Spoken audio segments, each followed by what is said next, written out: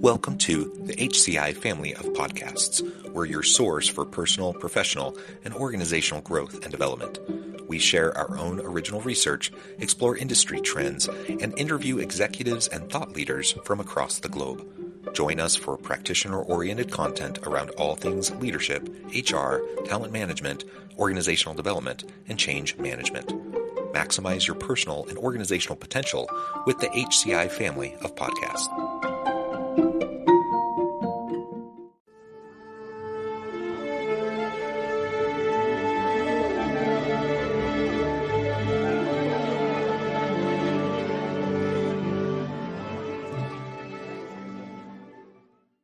Kim Flanery-Rye, welcome to the conversation today. Thank you so much, John. It is a pleasure to be with you. You're joining us from the Seattle area. I'm south of Salt Lake City in Utah. And today we're going to be talking about IDEA, inclusion equals diversity plus equity plus accessibility. A very, very important topic right now. It's an interesting time socially, politically, around these ideas and these principles and how they get manifest in society and communities and within our organizations. Despite the polarization that we see broadly in society, I think this continues to be an incredibly important topic and something we can't allow to lose, we can't allow ourselves to lose momentum on. So we're going to unpack this and explore this together today. As we get started, I wanted to share Kimfer's bio with everybody. Kim Flanery-Rye is the founder and principal DEI and culture practitioner for Inclusion Equals, a social enterprise focused on the IDEA, inclusion equals diversity plus equity plus accessibility, to build culture from the inside out. She believes that to address systemic issues in the world, we must tackle the inequities within organizational systems. Kimfer is a seasoned professional with 20 plus years of experience in diverse backgrounds, from marketing to organizational development. She is also an adjunct professor teaching creativity and innovation for MBA students and has her MBA in executive leadership. She has spoken on local, national, and international stages, including the 2022 and 2023 World Economic Forum, on critical topics such as the importance of women on boards and what it means for women to have power, authority, and agency. Before we dive on in, for anything else you would like to add by way of your background or personal context, and then we'll dive on into the topic. Yeah, thanks, John, and thanks for the warm welcome. I know it's always so weird when you're listing out all the things that are in your profile, and I always get a little shy. Not gonna lie about that. In addition to what you just talked about with my background, I actually am a creative. My background way back in the day, I have my BFA in fine arts and primarily in oil paintings was my main emphasis. So this creativity that I bring throughout my, I would say, business sense, I use design thinking because it is a human-centered design process in everything I do. And also, like talking about the World Economic Forum, I had the opportunity this year, 2024, to be on stage as well. And looking forward to being invited to Cannes Lions to continue to talk about DEI in creativity, AI, future of work. There's so much that's happening as well. So thanks. Yeah, awesome. And it sounds like we are very much on the same page. I'm a professor, so I do consulting work and things like this podcast, but my main gig is I'm a full-time university professor. And I also, in addition to being a chair and professor in the organizational leadership department, I'm the academic director of our Center for Social Impact. And we're all about systems. We're all about equity-centered design thinking and applying systems mapping, systems thinking to trying to better understand and tackle the most complex, challenging issues that we see in society today. And this is one of them.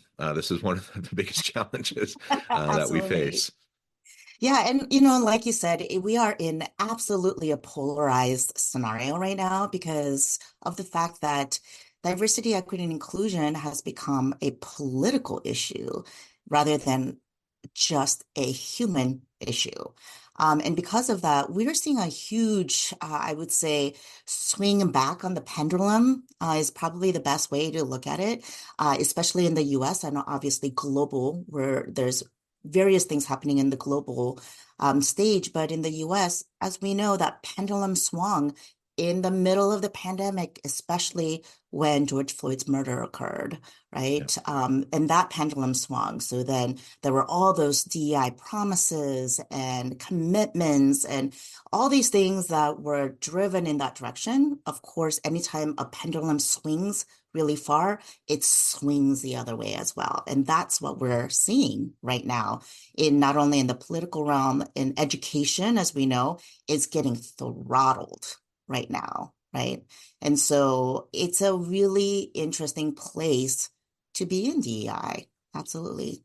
Yeah, and Utah is one of those places where it's getting throttled in, in the higher education space right now. This legislative session has been brutal.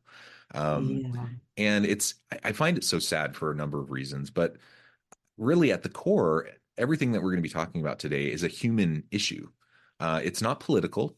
Well, at least I don't think it should be. I mean, it's just about treating people well, treating people with dignity and respect. And I think most everyone agrees on that premise that we should treat people well and treat people with dignity and respect. It's become so politicized. That now we're outlawing words and like specific things that we say can't happen on university campuses and things like that, which is a bit insane in my mind, but it's the reality we're in, and we're gonna have to figure out how to navigate it. Yeah, absolutely. And the question that I get asked right now is, what is that conversation happening, either within my industry folks or what are the clients are asking? And the interesting thing that I find right now, so there's multi levels, right? So we've got the high level conversation that's happening, industry conversation that are happening, and then there's the day to day, because I work with organizations for organizational change.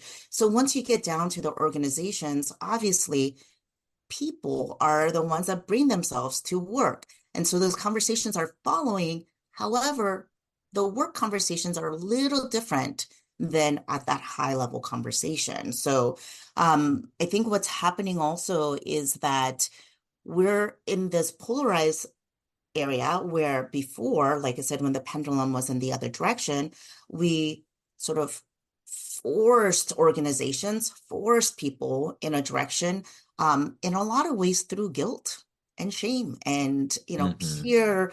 peer pressure. And peer pressure is good if you truly want to be in that directionally, right?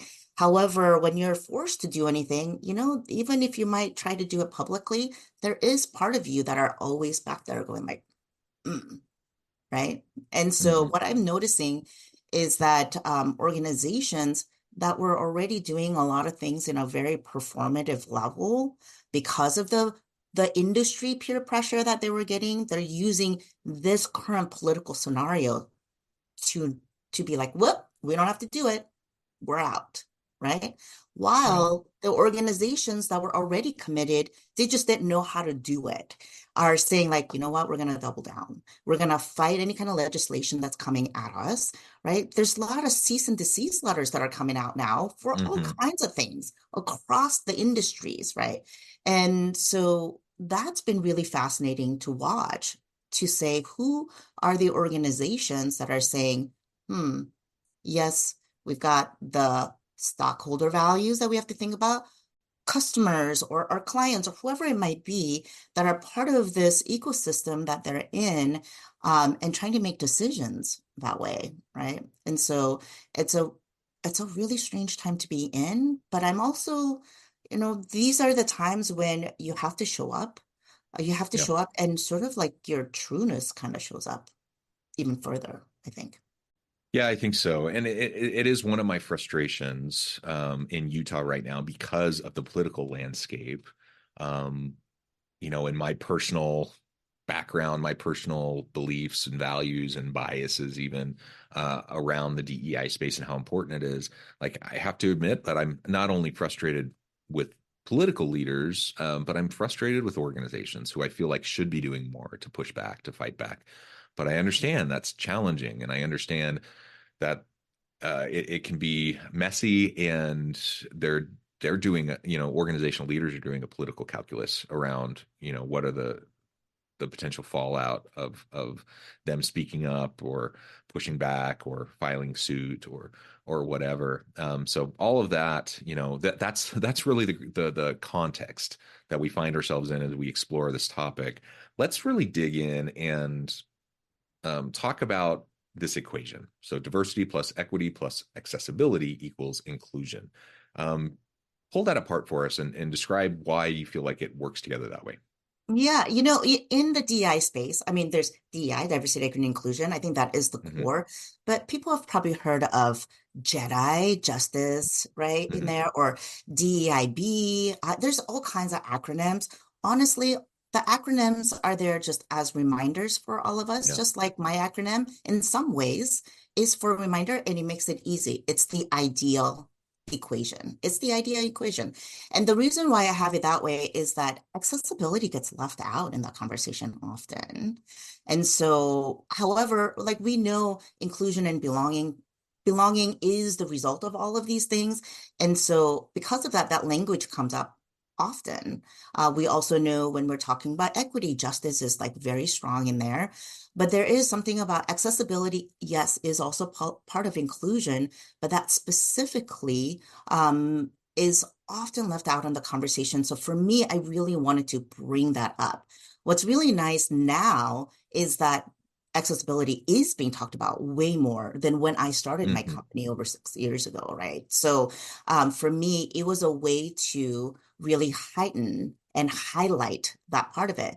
And I mean accessibility in there's broad terms of accessibility, and then Right. there's really narrow terms of accessibility. And because of my background, in addition to, like I said, uh, all of my backgrounds, one of the areas that I have experience in, I was a vice president and executive creative director for a digital marketing agency here in Seattle that was acquired by Accenture.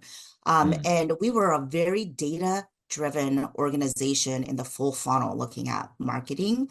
And with that, that meant digital platforms. We worked in digital platforms. And so early on, before even like Google forced you to do accessibility on your website and things like that, those were things we were looking at from color correction. At that time, I think the language was really more about that Hmm. than really thinking about visual, right? So, from an accessibility perspective, when we're looking at a swath across the board, I'm looking at your digital platforms. Where are you? Are you making sure your tags are happening correctly?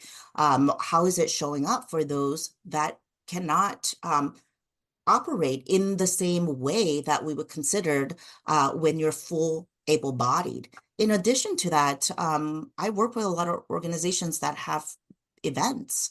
It could be virtual events because of what happened with pandemic. Then you're talking about like captioning. Are you making sure that's happening? Are you making sure you're having interpreters? And then on top of that, it's not good enough to have ADA compliant buildings, but are you actually setting it up so that it makes it easy once people enter in those locations, right? So that's part of the reason why I pulled up accessibility and Can I just inclusion. comment on that for Yeah, a second? absolutely. Because that's a really, really important point. When we think about accessibility and accommodations and things like this, we often think about one of the first images that pops into people's mind is that handicap sign that has someone in a wheelchair, right? And so we think Uh-huh. about ramps and we think about how you get into a building. And I'm really glad when organizations make sure that their buildings are ADA compliant so that people can get into the building. But once you get into the building, then what? And Oh yeah. when you walk around most place, I mean, it's hard when I'm an able-bodied person. It's unless I'm really taking time to step back and try to really see it uh, from the perspective of others who might have some sort of disability. It's hard for me to see it. But I challenge anyone who's listening or watching today, like take some time today and just like as you're walking around your building, do it with that in mind. Think about, like, what if I was on crutches? What if I was in a wheelchair? What if, and you can name off several things. What would you Yeah. do? And it's really hard. Like, I think people experience challenges that most of us probably never even think about, just because we're like, oh, we're ADA compliant, check, and apply that now across the board to all these different types of accessibility that we talk about. Um, and that's just like one of the most, like, easy on the forefront of people's mind examples, someone in a wheelchair. But there's so many different types of examples of accessibility. And if you want an inclusive environment, if you want a culture of belonging, one of the first things you need to do is make sure that you have a really accessible workplace. You need to make sure that your software is accessible, that everything that you do is about how to include others, and make sure that you're not setting up extra barriers that make it harder for them to meet, to do the work, to collaborate, etc. Yeah, and just to make sure, I know when people throw around acronyms, you're like, what is that? So just for those who are not as familiar with ADA compliance, that's the American with Disabilities Act that came out in 1990. Just more of a reference for the listeners. And what's interesting is that oftentimes organizations will think of it as like, oh, more cost, these things Right. that we have to do. But what you don't understand is that there is cost to not being inclusive for your employees, right? Meaning you can lose employees because of it. That's a cost. If you don't have an inclusive workplace, which includes things like accessibility and making sure that people have that belonging, think about like they will jump ship. That and there is a cost. I think it's an average, and oh, you know what? I don't like to do that. When I don't have the specific data in front of me, I'm not going to say it. There is an average cost, and you can look it up. That has like every time you have employee turnover, a cost that is to a company. And then on top of that, when you have people, when you are not really thinking about diversity, equity, and inclusion integrated into your business, not this programmatic thing that's sitting over here on the side. We're talking about systems here, integration of Mm-hmm. systems. You have people that are distracted from their work, right? That is literally burning money that you are giving them as a salary because of that distraction, because of the things that is not making them feel optimal in the workplace, right? So there is a cost because everyone always says, like, what's the ROI? What is the return on investment doing our DEI? Well, one, what is the investment of being human focused, Mm-hmm. right?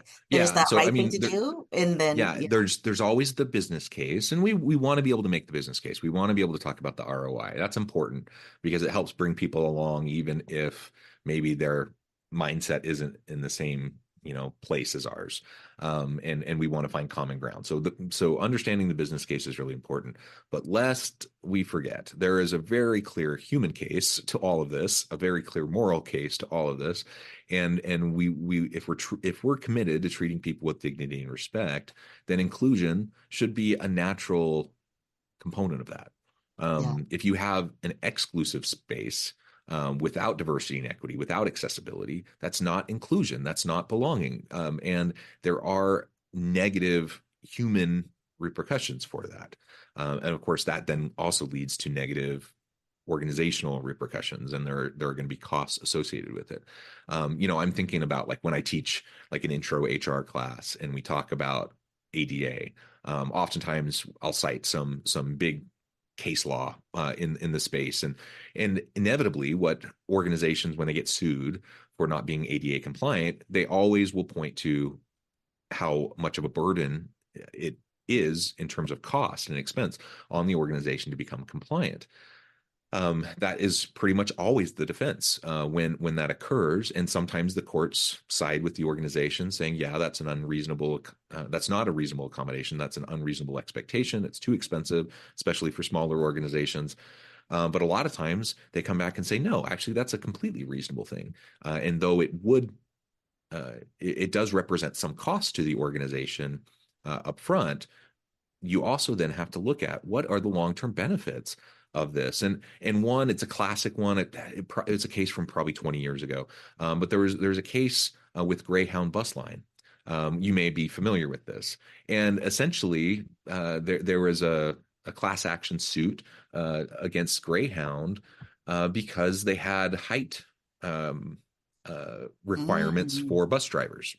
And that seems reasonable. You got to be able to sit on the seat. You got to be able to reach the pedals. It's a safety thing. It's just you have physical requirements for firefighters and for pilots and for things like that.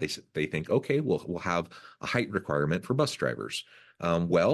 Disproportionately, what they found over time is that they weren't hiring many individuals of Asian descent who may have been a little bit shorter, or other individuals who were just a little bit shorter. And the suit was filed, and initially the courts sided with Greyhound, saying, yeah, it's an unreasonable accommodation. It'd be really expensive to retrofit all of their buses to have raised pedal systems, etc.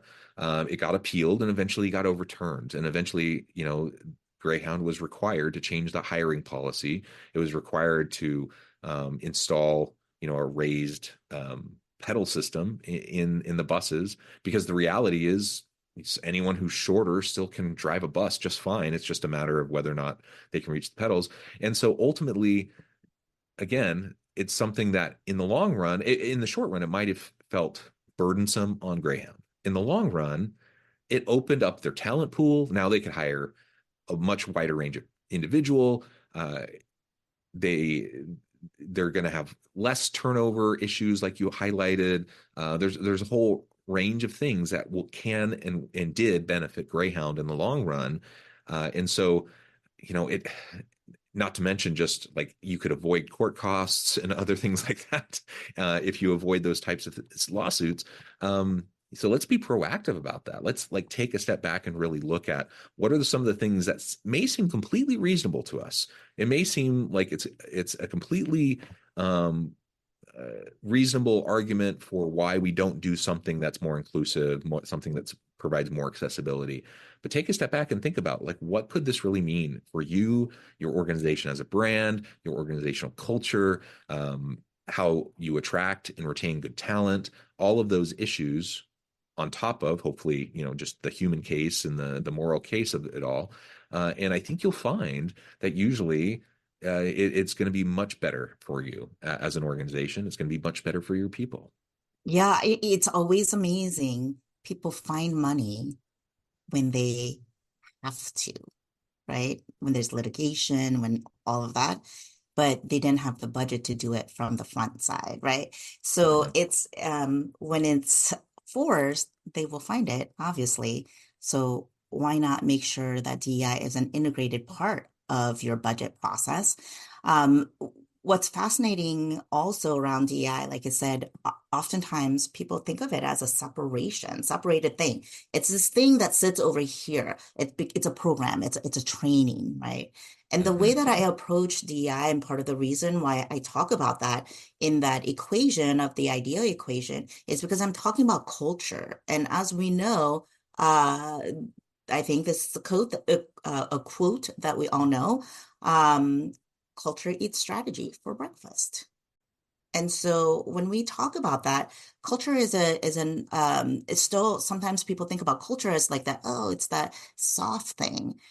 But what I'm talking about culture is that within culture, there's three different areas, right, to make culture happen. There's your brand, which is not just external. Your brand is where your vision, mission, your values are defined, right? That's part of setting up your culture. That's the defining of your culture. Then you have your people. Your people are the ones who enact your culture for you. It's not good enough just having posters saying like our values are da da da da da. If Yeah. you don't have the third thing, which is the policies and procedures in which that supports all the things that you're trying to define within your brand to make it happen so that the people can enact it. So those three, everyone loves a good Venn diagram. That's my Venn diagram. Those are the three areas when I go into organizations to look at their business effectiveness. Change management is part of that, which is when I'm integrating DEI into it. And it's, again, it's beyond just like, oh, let's have these trainings, and trainings are good. There's two pathways that DEI happens, which is internal learning. And then I'm talking about from an organizational perspective. You can have all the internal learning and the ways in which you can be a better human. That doesn't mean necessarily you know how to operationalize that. So organizations needs to understand how they within their systems make that change. So it's a constant parallel path in how to make those things happen within organizations. So there is I would say more of the tactical, and this is why I call myself a practitioner. Mm-hmm. Try to make Mm-hmm. DI practical within your organizations when I mean that in a day-to-day task-oriented ways, so that way you can have larger scalable strategy around your business beyond this whole idea of like, I need to be more woke, right? They're just trying to make me more woke. It's beyond that. It is really trying to help your organization and your businesses to have that strong ROI across the board. Absolutely. Absolutely. Kimfer, this has just been a fantastic conversation. I note the time. I need to let you go here in just a minute. But before we wrap things up for today, I wanted to give you a chance to share with the audience how they can connect with you, find out more about your work, and then give us a final word on the topic for today. Yeah, absolutely. You can find me at inclusionequals.com. That's the website. You can also find me on Instagram, or also at Inclusion Equals, making it easy. If you want to connect with me personally, you can find me on LinkedIn as Kimfer Flanery-Rye. Actually, if you put in Kimfer, you can find me pretty much very quickly. And then also my Instagram handle, which is my Kimisms. Those are ways to connect with me. Like I said, the last thing that I will leave with you is that if I can have you think about DEI as something that is not a standalone over on the side, but integrated into who you are and what you do and how organizations can do it, that's what I would love for you to take back versus this whole idea of like, I just need to have a better conscience, right? There's Mm. ways in which DEI runs through the gamut. Yeah, absolutely. Kimfer, thank you so much. It's been a pleasure. I encourage the audience to reach out, get connected, find out more about what Kimfer can do for you. And as always, I hope everyone can stay healthy and safe, that you can find meaning and purpose at work each and every day. And I hope you all have a great week.